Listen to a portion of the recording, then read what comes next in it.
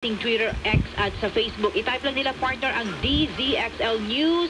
Paki-like and share po ating programang Kwentong Bayani. Partner, excited ako sa ating mga panauhin ngayon. Di ba, partner? Yes, ako din excited, partner, kasi we're still in the month of May.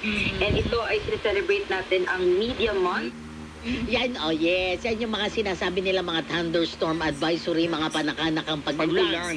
Pero kahit papano, maglalagay lang kayo ng maliit na payong sa inyong bag para kung ano man at biglang umulan, meron po kayong panangga sa ulan. Correct. Anyway, diba? Sus, ngayon ay araw ng Sabado, araw ng bonding ng pamilya. Anong inihanda natin para sa ating mga kapuso? Nako, dahil nito mga nakalipat na po ang Camotes and Bantayan Islands. Ito po yung mga lugar na makakaranas ng mga pagbugso ng hangin na siyang direktang epekto nitong si Bagyo Ahon for the next 24 hours. Yung mga pagulan din po for today ay pinakamatataas dito sa may Bicol Region, Northern Samar at Northern portion of Samar, mga moderate to heavy na mga pagulan, habang meron tayong mga light to moderate with that. Wala bang project manager? Sa tagal naman natin project manager, oh. Sa papel kumpleto lahat. Pero sa implementation nagkakaproblema. Pero ang magandang starting point talaga is yung kinreate ni Pangulong BBM na right-of-way committee. Sana lang mas palakasin yun. Kung saan talagang gawing opisina to. Diba? Yung talagang merong matibay na tao, magaling, Ang mga Israelites. At dahil doon, kapag nagkaroon ng anak na lalaki ang mga Israelites, ay malaking problema. Dahil galit na galit ang masamang si Pharaoh sa mga Israelite babies. Dahil gusto niya silang saktan. Dumarami ang mga Israelita dito sa aming lupain.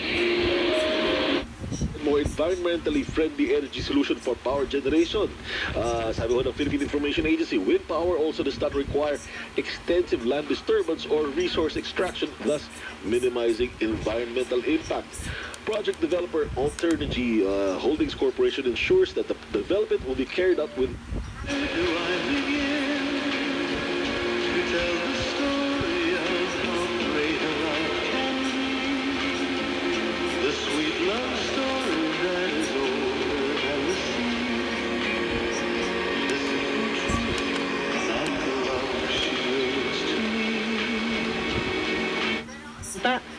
ng Chinese government.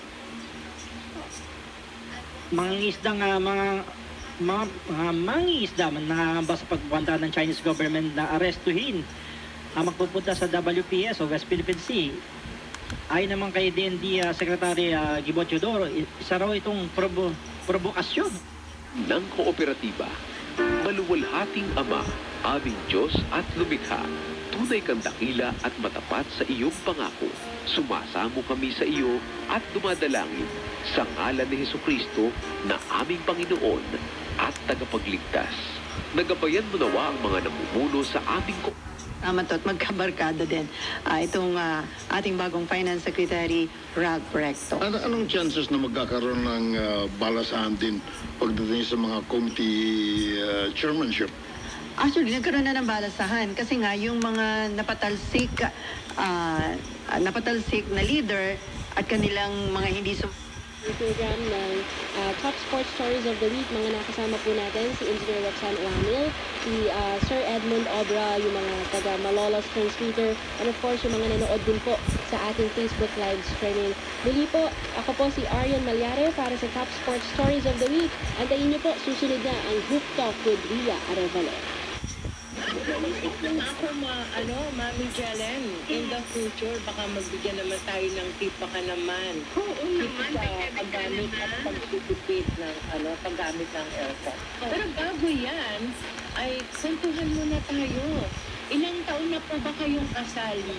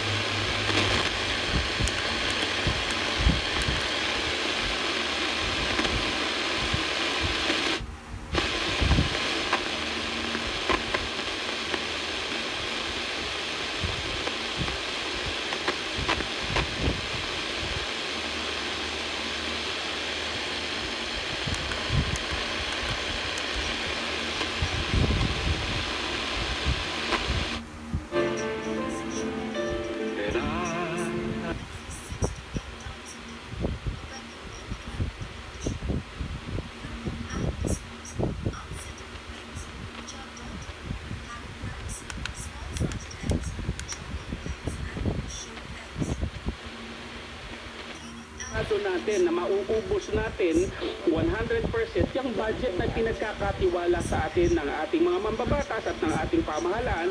And of course, tinatapos din po natin yung bago nating Prexi. Ito yung Program Expenditure Classification. Doon sa Prexi kasi nandyan yung mga kaya natin o yung tinatarget natin every year at talagang Broadcasting System.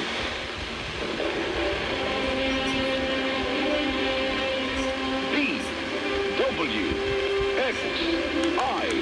Himpilan ng mabuting balita. Himpilan.